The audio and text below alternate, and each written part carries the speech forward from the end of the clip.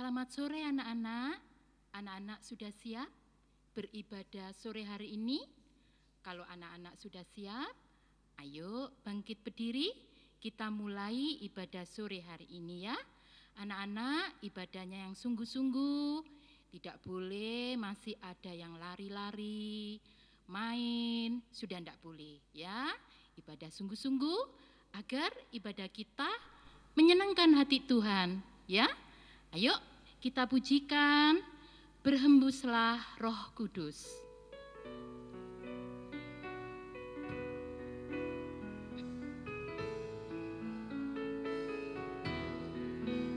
Berhembuslah Roh Kudus di tempat ini. Berhembuslah Roh Kudus dengan kuasa-Mu. Pulihkanlah gereja-Mu di akhir zaman. Berhembuslah sekarang.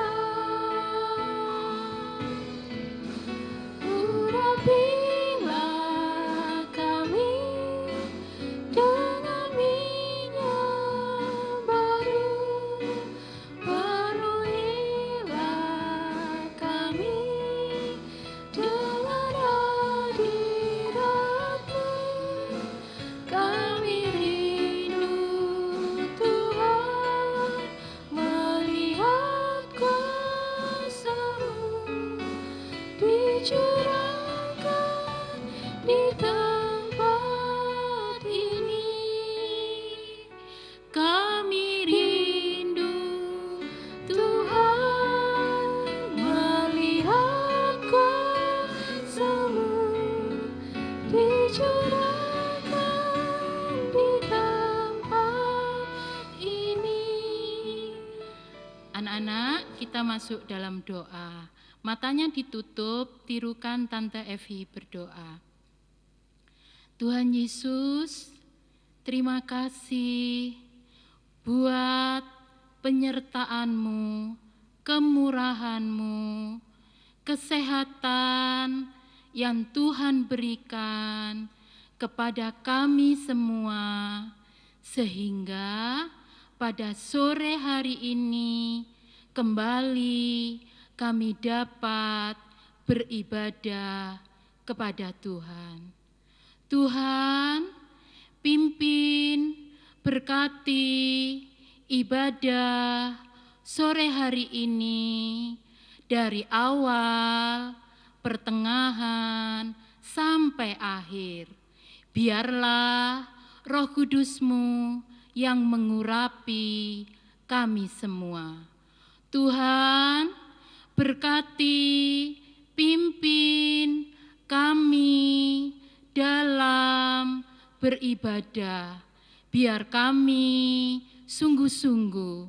Tuhan, berkati semua peralatan yang kami pakai.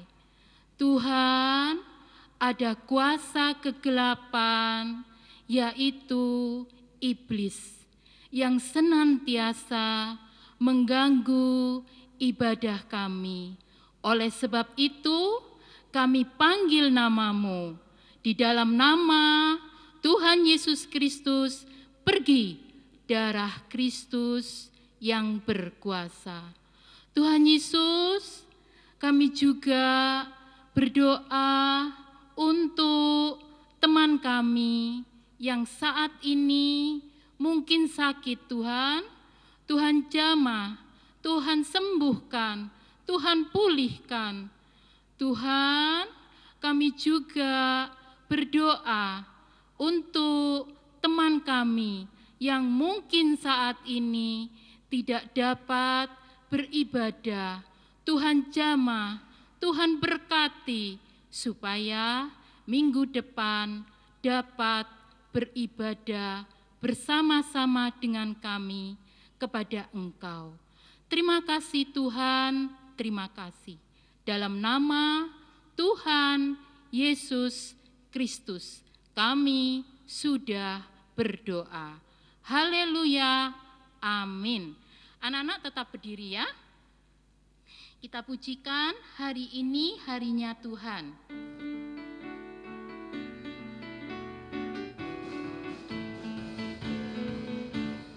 Hari ini harinya Tuhan, harinya Tuhan. Mari kita bersukaria, bersukaria. Hari ini harinya Tuhan, mari kita bersukaria. Hari ini harinya Tuhan. Anak-anak tetap berdiri ya. Kita pujikan lagi di dalam dunia. Kita pakai gerakan ya.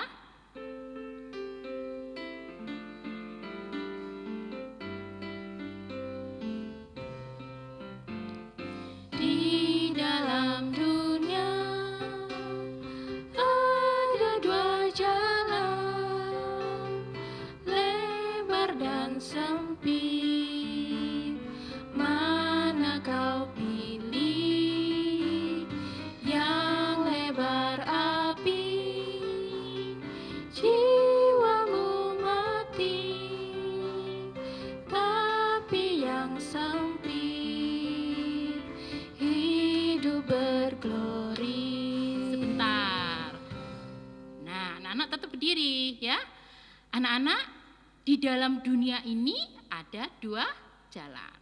Yang lebar ada api neraka. Kalau yang sempit ada damai di surga, bertemu Yesus. Kalau lebar api neraka bertemu iblis. Sempit, jalan yang sempit, ada damai di surga, bertemu Yesus. Sekarang anak-anak pilih yang mana? Pinter, anak-anak pilih yang sempit. Seperti saat ini, mungkin anak-anak masih ngantuk. Tadi dibangunkan mama untuk ibadah. Mungkin juga anak-anak masih pingin main. Tapi anak-anak lebih memilih untuk ibadah. Seperti saat ini. Ya, itu berarti anak-anak berjalan di jalan yang sempit, bertemu dengan Yesus, damai di surga. Anak-anak mau? Yuk kita pujikan lagi ya. Di dalam dunia pakai gerakan lagi ya.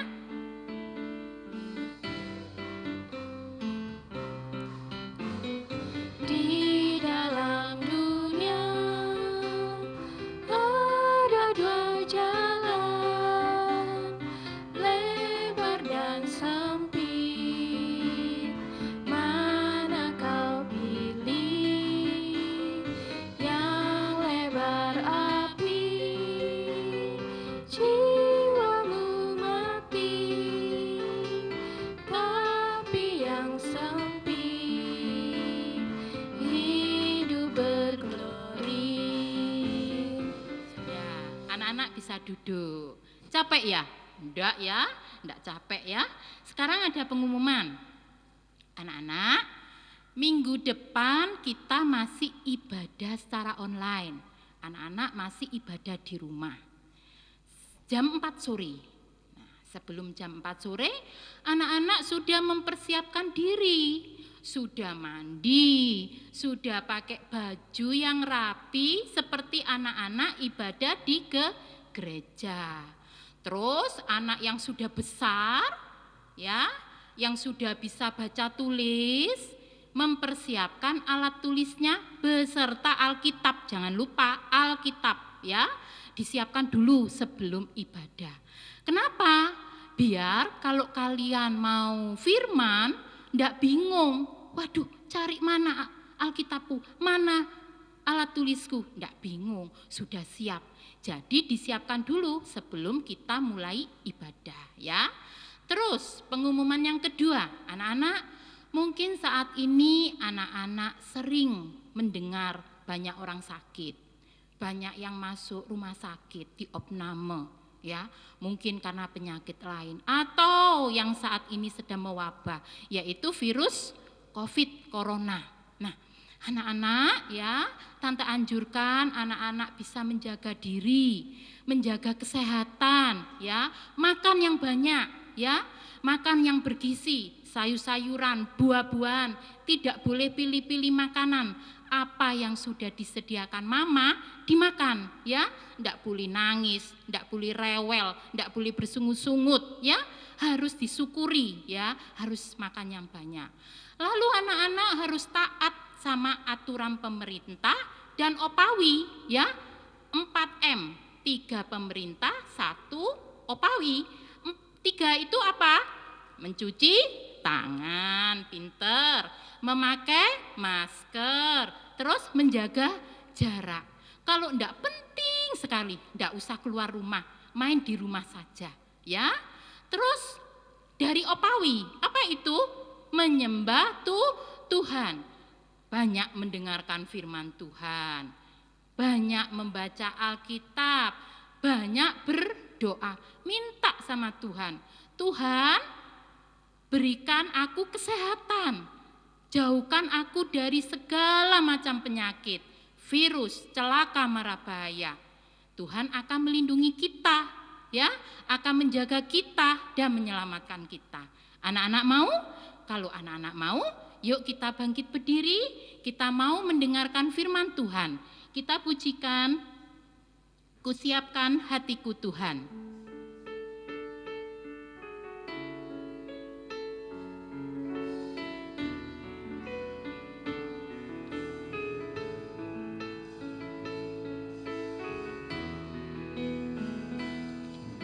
Kusiapkan hatiku Tuhan, untuk dengar firman-Mu saat ini.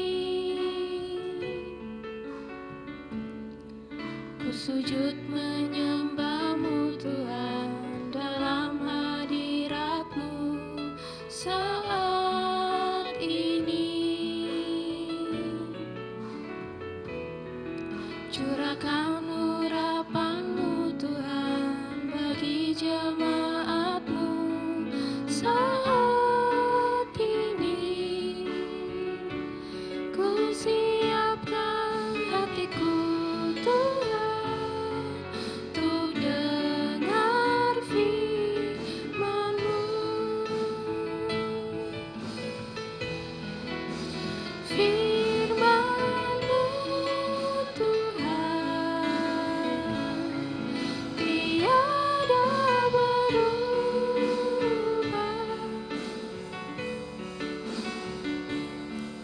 Dahulu, sekarang, selama-lamanya, tiada berubah. Firman-Mu Tuhan, penolong hidupku. Ku siapkan hatiku Tuhan, untuk dengar firman-Mu. Anak-anak, kita masuk dalam doa, matanya ditutup, tirukan Tante Evi berdoa. Terima kasih Tuhan buat penyertaan-Mu sepanjang puji-pujian. Tuhan Yesus, kami mau mendengarkan firman Tuhan.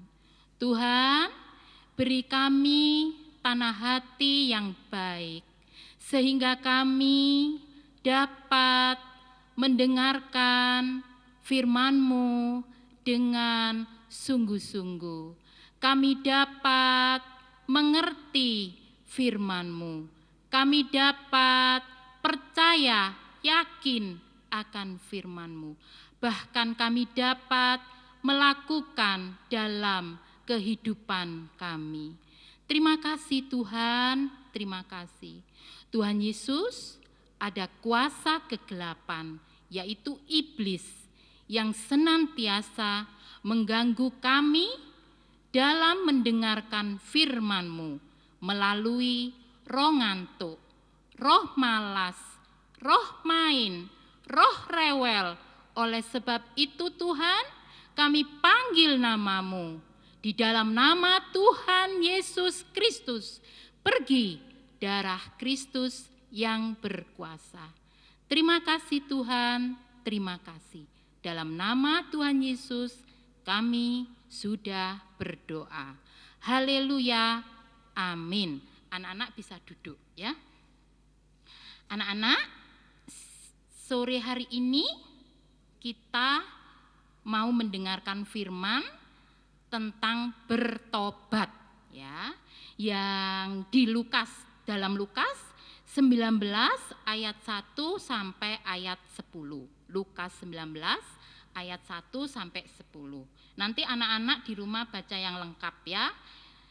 Anak-anak, di Lukas 19 ayat 1 sampai 10 itu ada suatu kota bernama kota Yeriko. Kota Yeriko. Di kota Yeriko ini tinggallah seorang bapak bernama Bapak Sakeus. Nah, Bapak Sakeus. Bapak Sakeus ini memiliki tubuh yang pendek ya. Memiliki tubuh yang pendek. Dan dia sangat kaya anak-anak ya. Kita lihat di gambar ya. Nah, rumahnya besar, sangat kaya. Pekerjaan Bapak Sakeus ini adalah sebagai kepala pemungut cukai. Apa itu? Kepala pemungut cukai, kepala pemungut pajak atau penagih pajak. Nah, tapi sayang anak-anak, Bapak Sakeus ini meskipun kaya, tapi dia tidak disukai banyak orang, dibenci. Kenapa? Karena saat memungut pajak, memungut cukai, dia selalu memungut pajaknya dengan jumlah yang besar dari yang seharusnya dibayar orang-orang. Dia sering memeras anak-anak. Nah, karena sikap atau sifat memerasnya ini yang membuat Bapak Sakeus ini dibenci sama orang-orang di sekitarnya. Nah, anak-anak, kemudian ya suatu hari Tuhan Yesus datang di kota Yeriko, tempat tinggal Bapak Sakeus. Nah, Tuhan Yesus datang. Orang-orang berbondong-bondong melihat Tuhan Yesus karena mereka mendengar Tuhan Yesus itu bisa membuat banyak mukjizat. Ya, mengadakan mukjizat-mukjizat seperti bisa menyembuhkan orang sakit, orang lumpuh bisa berjalan, orang buta bisa melihat, orang tuli bisa mendengar, macam-macam. Bisa membangkitkan orang meninggal. Wah, ya. Maka oleh sebab itu, saat Tuhan Yesus datang di kota Yeriko, banyak orang-orang ingin melihat Tuhan Yesus. Tuhan Yesus dikerumuni orang banyak. Nah, begitu juga dengan Bapak Sakeus. Bapak Sakeus ini juga ingin melihat Tuhan Yesus. Seperti apa Tuhan Yesus? Nah, tapi anak-anak ya, Bapak Sakeus tadi itu kan badannya pendek. Nah itu kita lihat di gambar. Paling belakang sendiri, tengah-tengah itu Bapak Sakeus, pendek. Sedangkan orang di depannya itu tinggi-tinggi dan banyak jumlahnya, ya, mengerumuni Tuhan Yesus. Bapak Sakeus tidak bisa melihat Tuhan Yesus. Selalu gagal. Dia jinjit, ya, kakinya dijinjit, gagal. Dia loncat-loncat, gagal. Akhirnya dia lari mendahului orang-orang. Banyak itu, lari. Kemudian dia melihat pohon ara yang tinggi. Nah, dia naik ke pohon ara itu. Sampai di atas, dia menunggu Tuhan Yesus lewat sampai tepat di bawah pohon ara itu. Nah, ya. Kemudian anak-anak, Tuhan Yesus bersama orang-orang banyak itu jalan sampai tepat di bawah pohon ara itu. Kita lihat di gambar. Nah, kemudian Tuhan Yesus menoleh ke atas. Melihat Bapak Sakeus di atas pohon. Kemudian Tuhan Yesus berkata, "Sakeus, turunlah, aku akan menumpang di rumahmu." Wah, ternyata Tuhan Yesus akan menumpang di rumah Bapak Sakeus, mau bertamu di rumah Bapak Sakeus. Nah, anak-anak, mendengar perkataan Tuhan Yesus ini, Bapak Sakius ini cepat-cepat turun. Dia senang hatinya, sukacita hatinya, karena Tuhan Yesus akan menumpang di rumahnya. Sedangkan orang-orang yang tadi mengerumuni Tuhan Yesus juga mendengar perkataan Tuhan Yesus. Mereka bersungut-sungut, loh, Tuhan Yesus mau menumpang di rumah orang berdosa, Bapak Sakius. Loh, gimana? Tuhan Yesus kok mau ya menumpang orang yang berdosa? Nah, itu nanti ada jawabannya ya. Kita beralih dulu ke Bapak Sakius dan Tuhan Yesus. Nah, saat Bapak Sakius sudah turun ya, lalu Bapak Sakius bersama Tuhan Yesus berjalan menuju ke rumah Bapak Sakius. Sampai di rumah mereka masuk, duduk, lalu Tuhan Yesus berfirman. Nah, Bapak Sakius mendengarkan firman Tuhan. Lah, saat mendengarkan firman Tuhan, Bapak Sakius, firman itu ya, firman yang disampaikan Tuhan Yesus mengena hati Bapak Sakius. Dosa-dosanya ditunjuk sama firman yang disampaikan Tuhan Yesus, yaitu dosa memerasnya, merugikan orang lain. Nah, saat itu juga anak-anak, Bapak Sakius menceritakan, mengaku semua dosa-dosanya. Jelas ya, enggak ada yang ditutup-tutupi, jujur, semua diceritakan sama Tuhan. Dia akui semua, dia mengaku berdosa. Bapak Sakius bertobat. Dan juga Bapak Sakius juga berkata kepada Tuhan, Tuhan, aku akan membagikan setengah ya, akan membagikan setengah hartaku ini untuk orang miskin. Nah, itu di gambarnya itu. Akan membagikan setengah hartaku kepada orang miskin. Juga aku akan mengembalikan 4 kali lipat uang yang pernah aku peras dari orang yang pernah aku peras. Nah, ini adalah bentuk pertobatan dari Bapak Sakius. Mendengar perkataan Bapak Sakius, pengakuan dosanya, ya, kemudian bukti pertobatannya. Kemudian Tuhan Yesus berkata, kita baca di Lukas 19 ayat yang ke-9. Kata Yesus kepadanya, hari ini telah terjadi keselamatan kepada rumah ini, karena orang ini pun anak Abraham. Nah, karena pertobatan Bapak Sakius mengaku dosa, maka Bapak Sakius akan selamat ya, tidak mendapat penghukuman dari Tuhan, tapi selamat. Nah, sekarang kita kembali ke ayat yang ke-7, yaitu orang-orang yang bersungut-sungut itu ya, jawabannya. Mereka bertanya, kita baca ya, ayat ke-7.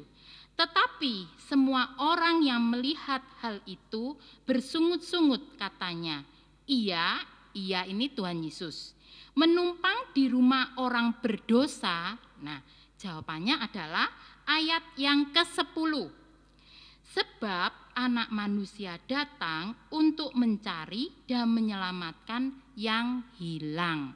Nah, Tuhan Yesus mau menumpang di rumah Bapak Sakius yang berdosa, karena Tuhan Yesus akan atau ingin menyelamatkan Bapak Sakius dari penghukuman, agar Bapak Sakius ini lepas dari penghukuman masuk neraka, tapi akan beroleh keselamatan ya. Itu tujuannya Tuhan Yesus menumpang di rumah Bapak Sakius untuk menyelamatkan Bapak Sakius dari dosa. Tuhan Yesus itu anak manusia datang di dunia ini untuk mencari dan menyelamatkan orang yang berdosa ya. Nah, setelah kita mendengar tentang Bapak Sakius, Tante mau tanya, apa yang harus kita tiru dari seorang Bapak Sakius. Apa yang harus kita contoh dari seorang Bapak Sakius? Tubuhnya yang pendek ya kita contoh? Bukan. Atau pandai naik pohon yang tinggi tampak jatuh? Juga bukan. Apa yuk? Pinter. Sikap bertobatnya. Sikap bertobatnya yang harus kita tiru. Nah, bertobat itu apa anak-anak? Bertobat itu adalah mati terhadap dosa. Tidak berbuat dosa, hidup benar. Itu arti bertobat. Sekarang, cara bertobat. Caranya bagaimana? Mengaku dosa kepada Tuhan, juga kepada sesama. Ada tanda salib. Mengaku dosa kepada Tuhan, juga kepada sesama. Kalau diampuni, tidak boleh berbuat dosa lagi. Hidup benar. Itu cara bertobat. Nah, sekarang dalam mengaku dosa itu ada 2 syarat. Dalam mengaku dosa ada 2 syarat. Yang pertama, didorong oleh firman. Yang kedua, jujur. Pertama, didorong oleh firman. Saat firman disampaikan, firman menunjuk dosa kita, maka saat itu juga kita harus mengaku dosa kepada Tuhan, juga kepada sesama. Kalau diampuni, tidak boleh berbuat dosa lagi atau bertobat. Seperti Bapak Sakius ini tadi, ya, mendengar firman, firman menunjuk dosanya, saat itu juga Bapak Sakius mengaku dosa. Syarat kedua, jujur. Nah, dalam mengaku dosa itu harus jujur, ya. Tidak boleh ada yang ditutup-tutupi, tidak boleh. Contohnya, anak-anak berbohong sama mama. Nah, terus anak-anak mendengarkan firman, terus firman menunjuk dosa anak-anak. Nah, saat itu juga anak-anak minta maaf sama mama, ngaku dosa sama mama. Nah, ngomongnya gini, harus jelas, ini contoh ya. Ma, aku sudah berdosa sama mama, aku sudah bohong sama mama. Tadi mama tanya, sudah belajar atau belum? Aku jawab sudah, Ma. Tapi sebenarnya aku belum belajar. Berarti aku sudah bohong sama mama. Maaf ya, Ma. Nah, kalau sudah jujur, sudah jelas, tidak ada yang ditutupi, maka darah Kristus bekerja menyelesaikan dosa kita, menebus dosa kita, mengampuni dosa kita. Tapi kalau anak-anak tidak jelas, nutup-nutupi dosa, tidak jujur, mungkin anak-anak takut dimarahi. Kalau aku jujur dimarahi. Atau mungkin anak-anak malu. Nah, ya, malu untuk mengaku dosa. Nah, itu tidak bisa. Darah Kristus tidak akan bekerja. Darah Kristus tidak akan menyucikan dosa-dosa kita. Ya, dosa-dosa kita tidak akan diampuni oleh Tuhan Yesus. Nah, itu syaratnya mengaku dosa, ya. Kemudian, anak-anak, untuk bertobat, untuk mengaku dosa. Hati manusia ini kan keras, ya. Keras hati manusia ini, ya. Lah, untuk bisa mengaku dosa, untuk bisa bertobat, hati kita yang keras ini loh harus dirubah menjadi hati yang rendah hati dan lemah lembut. Nah, arti rendah hati itu apa? Kemampuan untuk mengaku dosa kepada Tuhan dan juga kepada sesama. Kalau diampuni, tidak boleh diulang lagi, tidak boleh berbuat dosa lagi. Kalau lemah lembut, apa? Kemampuan untuk mengampuni dosa orang lain dan melupakan, tidak boleh diungkit-ungkit lagi. Ya, itu. Hati kita yang keras dirubah menjadi hati yang rendah hati dan lemah lembut. Kita mohon kepada Tuhan. Hanya Tuhan Yesus satu-satunya yang bisa mengubah hati kita yang keras menjadi hati yang rendah hati dan lemah lembut. Hanya Tuhan yang bisa mengubahnya. Hanya Tuhan Yesus yang bisa menyelesaikan dosa-dosa kita. Hanya Tuhan Yesus yang bisa menebus dosa kita di kayu salib. Ya, sekarang anak-anak, apakah kalau kita berdosa, apakah perlu kita berdosa? Perlu bertobat? Kalau kita berdosa, apakah perlu kita bertobat? Apakah perlu kita mengaku dosa kepada Tuhan juga kepada sesama? Apa perlu? Yuk kita baca di Wahyu 2 ayat 16. Wahyu 2 ayat 16. Sebab itu bertobatlah. Jika tidak demikian, aku akan segera datang kepadamu dan aku akan memerangi mereka dengan pedang yang di mulutku ini. Nah, jelas ini anak-anak ya, kita perlu bertobat. Ini perintah Tuhan. Bertobatlah, ada tanda seru. Ini harus dilakukan kalau kita berdosa ya. Agar kita tidak mengalami penghukuman dari Tuhan. Kalau kita mengaku dosa ya, bertobat, maka kita akan lepas dari penghukuman. Kita akan mengalami keselamatan seperti Bapak Sakius tadi ya. Anak-anak, tidak ada gunanya kita mempertahankan dosa. Tidak ada gunanya. Dosa itu sumbernya penderitaan. Dosa itu sumbernya sengsara. Dosa itu sumbernya air mata, letih lesu, ya. Untuk apa kita pertahankan? Ya, kita harus mengaku kepada Tuhan juga kepada sesama agar dosa-dosa kita ditebus oleh Tuhan. Sengsara, letih lesu, penderitaan. Kalau dosa kita ditebus oleh Tuhan, semuanya itu hilang, diganti dengan hidup damai sejahtera.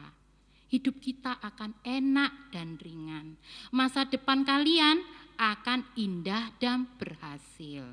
Ya, sekarang hasilnya jika kita bertobat, Tante punya 3 hasil. Yang pertama, kita baca di 1 Yohanes 1 ayat 9. Jika kita mengaku dosa kita, maka Ia adalah setia dan adil, sehingga Ia akan mengampuni segala dosa kita dan menyucikan kita dari segala kejahatan. Nah, sudah jelas kalau kita mengaku dosa, kalau kita bertobat, maka Tuhan akan mengampuni dosa kita. Tuhan akan memberikan kita keselamatan. Nah, itu kalau kita mau mengaku dosa, kita akan selamat. Dosa kita akan ditebus oleh Tuhan Yesus. Hasil yang kedua, kita baca di Mazmur 32 ayat 1 sampai 2. Ayat 1 ya. Dari Daud nyanyian pengajaran. Berbahagialah orang yang diampuni pelanggarannya, yang dosanya ditutupi. Ayat 2. Berbahagialah manusia yang kesalahannya tidak diperhitungkan Tuhan dan yang tidak berjiwa penipu. Ayat 1 sama ayat 2 ada kata-kata berbahagialah. Nah, artinya kalau kita mau bertobat, kalau kita mau mengaku dosa, maka kita akan mendapatkan kebahagiaan dari Tuhan. Nah, sekarang hasil yang ketiga. Kalau kita mau bertobat, apa? Dosa-dosa kita diselesaikan oleh Tuhan. Kita akan mengalami keubahan hidup dari manusia daging menjadi manusia rohani, dari manusia lama menjadi manusia baru. Kalau kita menjadi manusia baru, otomatis mukjizat-mukjizat Tuhan akan terjadi dalam hidup kita. Ya, mukjizat-mukjizat akan terjadi dalam hidup kita, baik secara jasmani maupun secara rohani. Nah, anak-anak, ya. Oleh sebab itu, dosa tidak boleh dipertahankan, tidak ada gunanya. Ya, tidak ada gunanya. Ujung-ujungnya nanti masuk neraka. Dosa harus kita akui pada Tuhan, pada sesama. Dengan jujur, jelas, tidak boleh ada yang ditutup-tutupi. Kalau diampuni, tidak boleh berbuat dosa lagi. Anak-anak mau?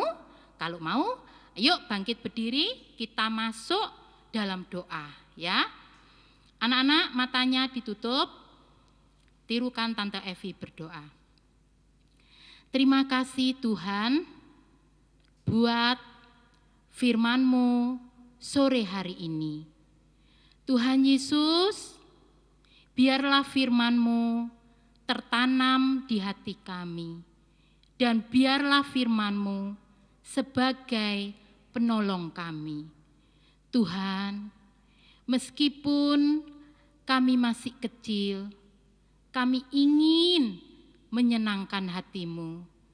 Tuhan Yesus, ubahlah hati kami menjadi hati yang rendah hati dan lemah lembut, yang mau mengaku dosa-dosa kami kepada Tuhan, juga kepada sesama.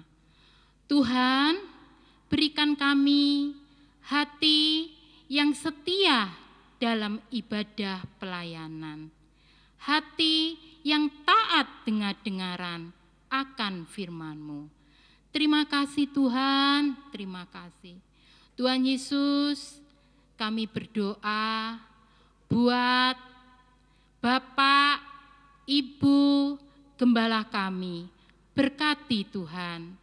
Kami juga berdoa buat kedua orang tua kami, berkati mereka Tuhan.